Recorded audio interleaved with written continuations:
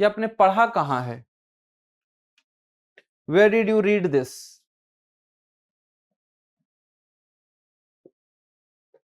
That India failed to get concessions.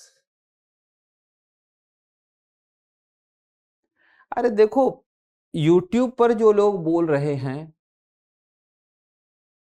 सबसे पहले हमेशा YouTube पर जो भी डिस्कशन है, just look at the person. कोई भी अगर यूट्यूबर कुछ भी बोल रहा है, दैट डज नॉट मीन उसके पास प्रॉपर अंडरस्टैंडिंग है।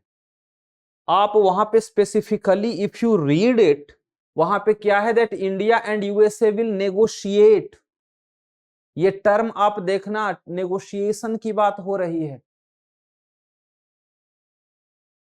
सबसे पहले मैं आता हूं रेसिप्रोकल टैरिफ पर। तो देखो, अब रेसिप्रोकल टैरिफ के रिगार्डिंग क्या स्टेटमेंट है? बोला गया है कि वो अभी किक इन नहीं होगा। तो जो कॉमर्स सेक्रेटरी है, ही हैज सेड कि by 1st of April we will be done, and if the president wants he can apply it from 2nd of April. So here you will have to understand Trump and Trump's psyche. Trump is at the base or at the root, he is a businessman. और उसका तरीका क्या है? He wants to force his adversaries to negotiate. अगर आप उसके last tenure में देखोगे, तो थोड़ा सा मैं बस एक्सप्लेन कर दे रहा हूं। हालांकि चलो अच्छा है मैंने ये चीज देख लिया था आज सुबह सुबह, अदरवाइज खैर थोड़ा सा। तो देखो, सबसे पहले क्या था, north there was something called as NAFTA, north America free trade agreement. इसमें कौन कौन थे? Canada, USA and Mexico. Trump ने क्या किया? ट्रंप ने इसे कैंसिल कर दिया, राइट। और उसके बाद, and I am talking about his last tenure, उसने एक नया ट्रेड एग्रीमेंट लाया, USMCA, that is United States, Mexico and Canada. And again now he is talking about imposing tariffs. उसने क्या क्या बोला है कि मैं 25% कनाडा और मेक्सिको पर इंपोज करूंगा, right. And on the other hand दो चीजें हुई हैं, उसने 10% चाइना पर उसने इंपोज कर दिया है, और स्टील और एल्यूमिनियम पर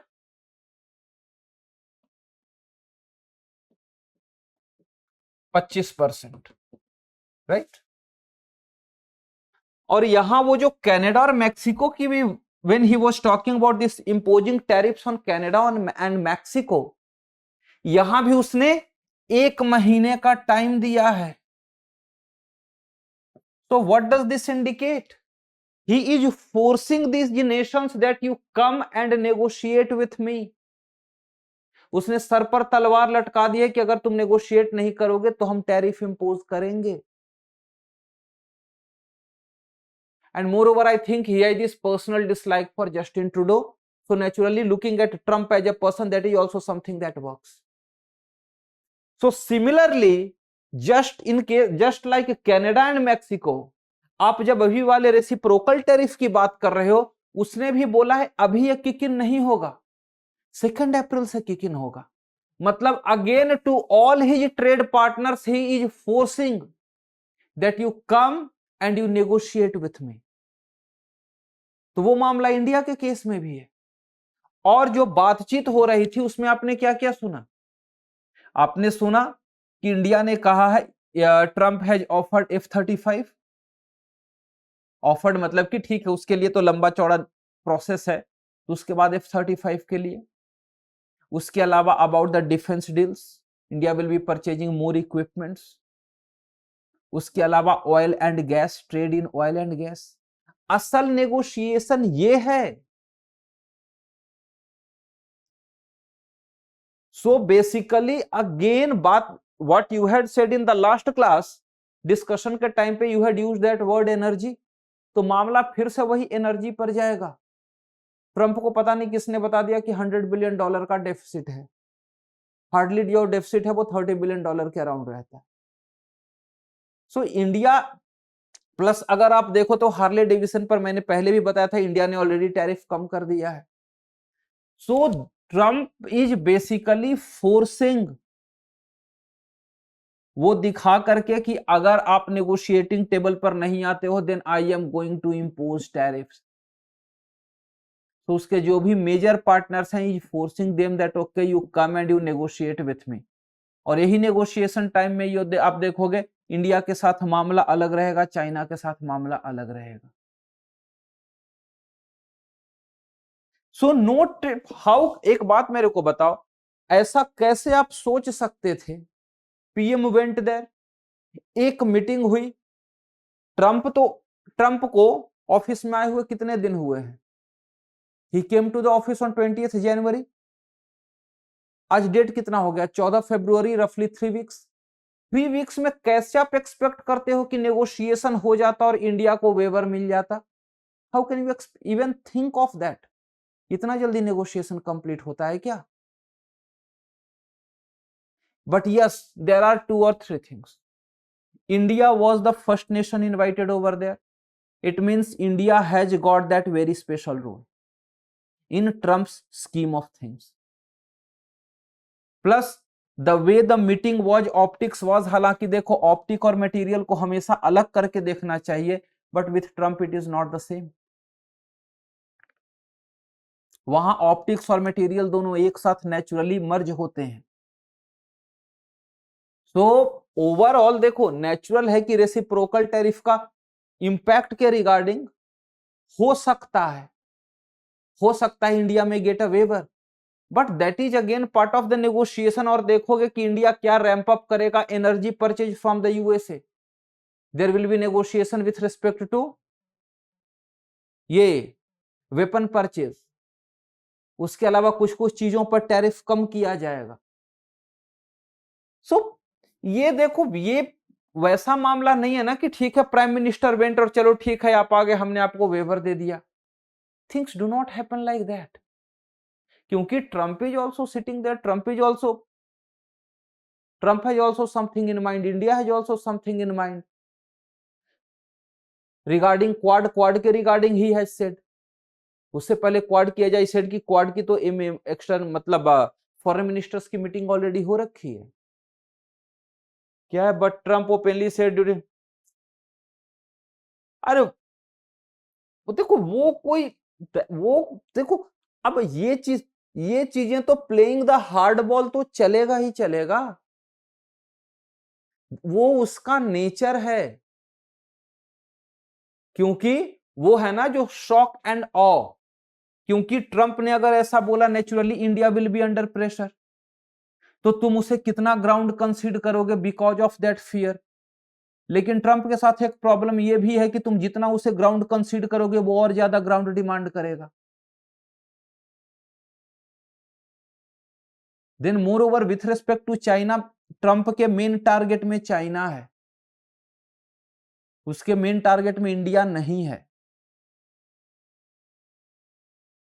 अदरवाइज सपोज करो अगर इंडिया रहता, I do not deny, suppose करो एक पॉसिबिलिटी कि इंडिया है उसके दिमाग में, तो अगर इंडिया दिमाग में होता तो सबसे पहले मोदी को इनविटेशन क्यों आता टू विजिट द यूएसए? ऐसा नहीं हो सकता ना कि on the one hand you are targeting India for tariff and on the other hand you are inviting Indian prime minister the leader of India to USA. ऐसा नहीं हो सकता ना।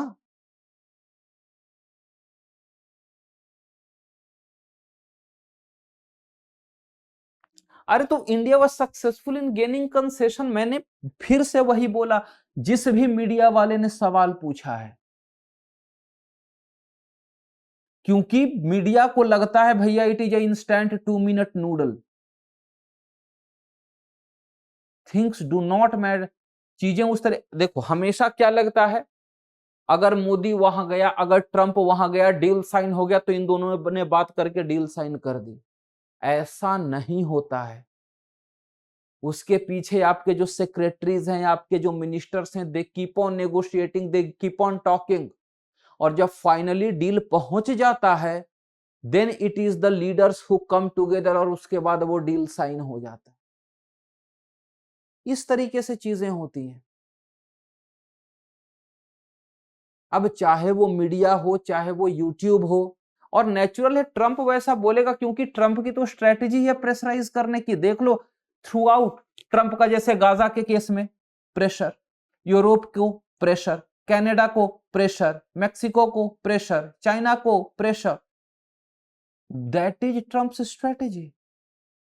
But still the way Trump is, फिर भी I will say कि press conference was really wait, what should I use the term, काफी ठीक ठाक था।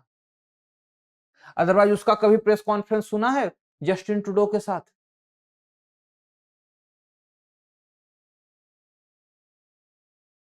सो इस तरीके से चीजें ऐसे नहीं होती हैं। हमें दिखता भले ही है कि मोदी गया साइन हो गया, लीडर्स का रोल क्या होता है, अगर कुछ लास्ट मिनट अगर कुछ हिकअप्स है, छोटी मोटी चीजें, तो वो लीडर पर्सनल बेसिस पर वो रिजॉल्व करते हैं। अदरवाइज बाकी सारी चीजें स्ट्रक्चर्ड रहती हैं। And India has already shown that olive, उसे क्या कहते हैं, ऑलिव ब्रांच, कि हार्ले डेविसन पर उसने, इंडिया ने टैरिफ कम किया है, और आई थिंक ऑटोमोबाइल या किसी चीज पर भी इंडिया ने टैरिफ कम किया है।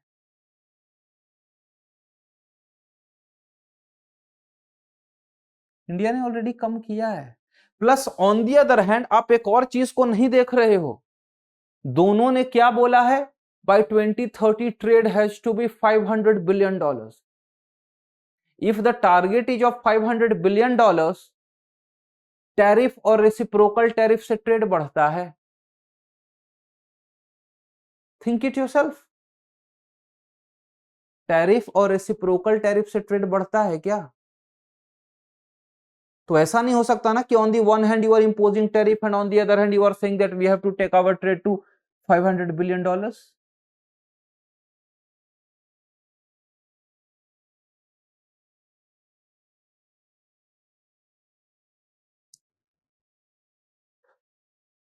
तो इस तरीके से बात है कि ठीक है, इसीलिए मैं कई बार कहता हूं कि YouTube पर सुनो, लेकिन उसी इंसान को सुनो जिसके पास की प्रॉपर समझ है।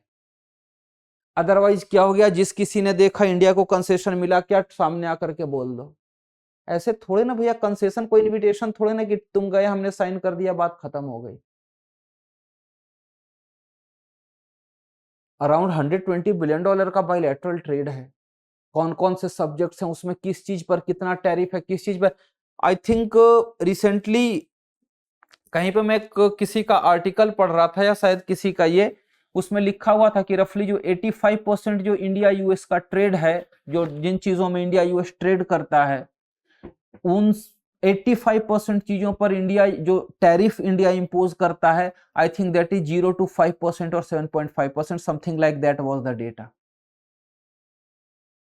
सो नेगोशिएशन इस तरीके से चलता है कि you are imposing this much, तो वही बताएगा कि देखो भैया इसका ट्रेड का टोटल वॉल्यूम सिर्फ इतना है, इसका टोटल वॉल्यूम सिर्फ इतना है। Third factor would be Tesla, next factor could be Tesla and Starlink.